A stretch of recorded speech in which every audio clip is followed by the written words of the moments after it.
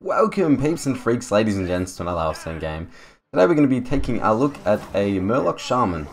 So this deck is actually pretty similar to the one we played a few weeks ago. With the, what's it called? Call in the finishes and every finish awesome combo. Pretty fun. I actually had personally a lot of fun with this deck.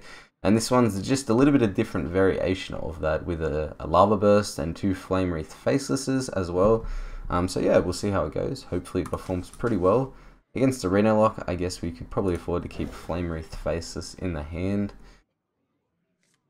Maybe he can't deal with it too early. Not so sure about the second one, but we'll see how it goes. Tunnel Trog, obviously an incredible draw here. Play that into Jade Claws, turn 3 Hero Power, turn 4 our first Flame Wreath Faceless. So it's a pretty good curve we got going here. Against the Murloc, obviously the idea is to put a fair amount of pressure on pretty early. I'm going to hit with this just because Ooze is a pretty common card these days. There you go. So now the question is, I don't think we Lightning Bolt here. Every other card in our hand is a 4-drop. And if we draw into another high costing card next turn, means next turn we're only going to be hero powering. And sure we are only going to be hero powering this turn anyway. It's really close. Okay, I think we're going to Lightning Bolt this and push for a bit of damage. Not sure if it's 100% right play just because of Flame Wreath Faceless in our hand. But we'll see how this pans out. Maybe he doesn't have an answer for this right now. No Shadow Bolt in the hand. That's pretty good. We can concentrate on trying maybe a Flame Tongue. It's actually a pretty decent draw here. Do it like this. Go face with the 5 damage. And we are going to be floating a mana, but I don't think it's really that bad.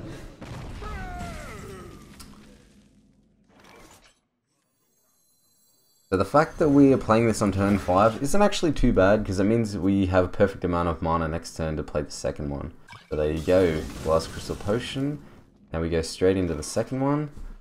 Or is that a bad idea? Is it too greedy to play the Tunnel Drog Hero Power or Tunnel Drog Bluegill? Probably is a little bit greedy just because Hellfire is a card. And if he does Hellfire when we play these two on the board, then our 7/7 is more likely to get Siphon Soul because then we're playing it 1 turn later. So we're going to trade our Bluegill in here to kill a 3/3 if we don't have lethal. He's getting pretty low now, so we'll see. We need 10 damage, so I really highly doubt he's going to die here. This goes to then 6 damage, that's 15. Surprisingly close. That's really surprisingly close. They're definitely going to trade this in. I don't think it's worth playing the Murloc Wall Eater just because Hellfire is a card. Going to hit that in now. I'm going to just put the Tunnel Trog here, I think. If he does board clear this somehow, we can then call in the Fish's Murloc Wall Eater next turn. Could be the Catharsis Potion as well. Could expect a 4 damage board clear here.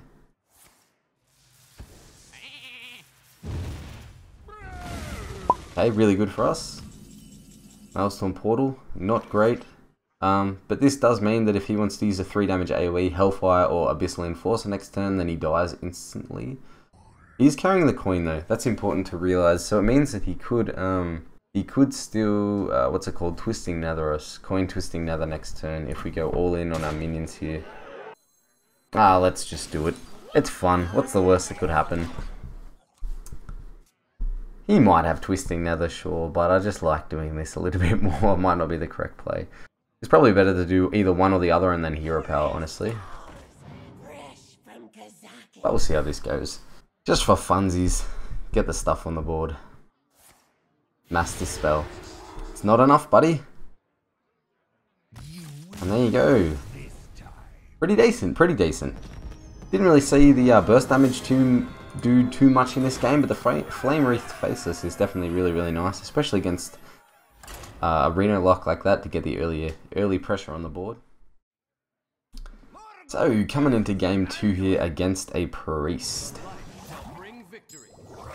Okay. Flame Wreath Faceless performed pretty well last game, honestly. But Shadow Word Death is a card on turn 3. You know what, we'll chuck back the Murlocs and keep the Flame Wreath, see if we can draw a little bit more early game.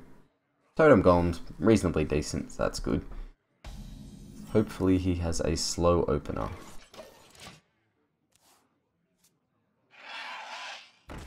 So our Totem Golem obviously trades well into that. We have an okay curve now. Most likely Hero Power next turn. Hopefully he doesn't Cabal Dallin Priest that. Then on turn 4 we have the option of Flame Wreath Faceless or Jade Lightning. So no Cabal Dallin Priest. Really, really nice. Okay, we got the second one now. So we're going for that heal, hopefully. Didn't get it.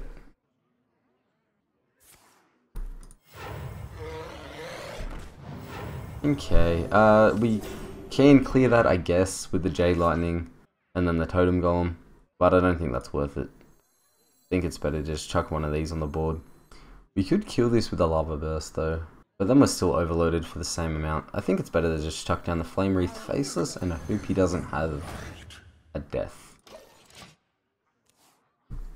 Next turn, I guess, Hero Power or Maelstrom Portal. Oh, he had the death. Unfortunate.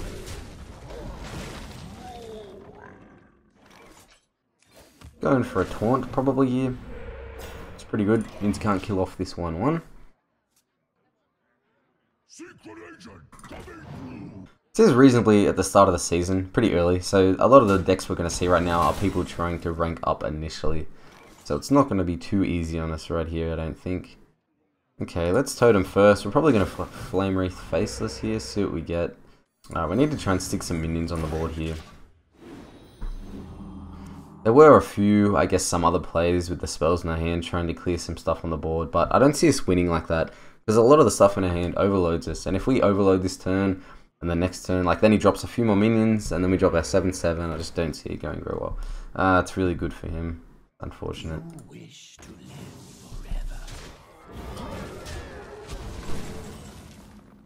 So, obviously, spell power here, really, really nice to see. We can kill everything apart from this Cabal Dallin Priest. Is it worth using the Hex to kill it? We can't actually do that because we don't have enough mana. We'll go for the kill on the 2 minions here. Taunt is actually not too bad here. Can't trade this into our Blood Mage, so we might be able to get another turn of spell damage. Spell damage is actually a really nice thing to have right now with the spells in our hand. More than half of our hand is complemented by this spell damage here. Doesn't matter though, we can still Jade Lightning that, it's fine.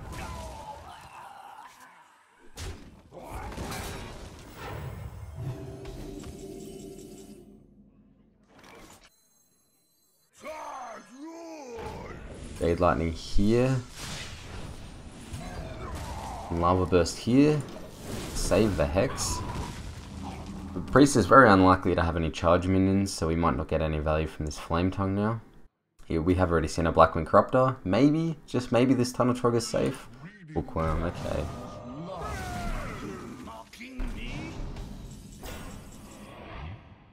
Flame Tongue. It's a pretty good draw here. So definitely going to be seeing the Flame Tongue here. It's really unfortunate that we have to double trade in here and this stays alive. And the problem is if we Hex this, it still stays. So we then can trade that into our Flame Tongue Totem. Haunt is pretty nice though. Haunt is probably the best one in that position. We are going to have to double trade here. And the Hex doesn't actually do much here, because you can still trade this in, it still kills it, with even if it's a 3/1 frog. Sure, the frog then dies, and then we can trade this in, maybe. But I just think it's a little bit of a waste of a Hex if we do that there.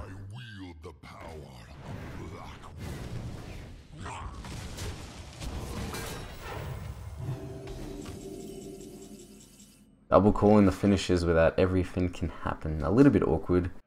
So we're going to go for another taunt here. Really, really nice to see. Got our call in the finishes. Pray for no board clear, and we are going to have to kill this 7/4 because the other one doesn't die, unfortunately. This sort of forces him to trade into the taunt again, then we might be able to get a lot of value with these Murlocs here. But I think that's really... Oh, it's going to be a Holy Nova. It would be a pretty devastating Holy Nova. I think that might be game. It's going to be a little bit hard to come back from here now.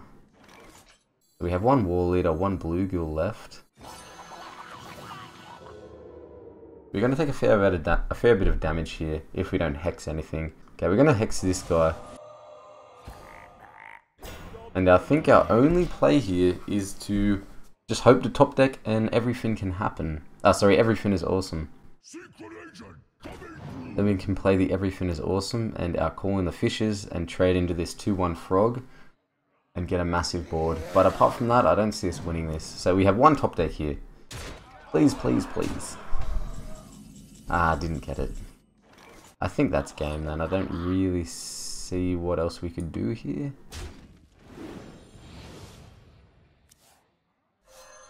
So this is 13, so now we need to hope for a taunt. If we kill this, this is still 13 again, so it doesn't matter which one we kill, it stays at 13. So you need to get a taunt here. Didn't get it, so that's game. Unfortunate.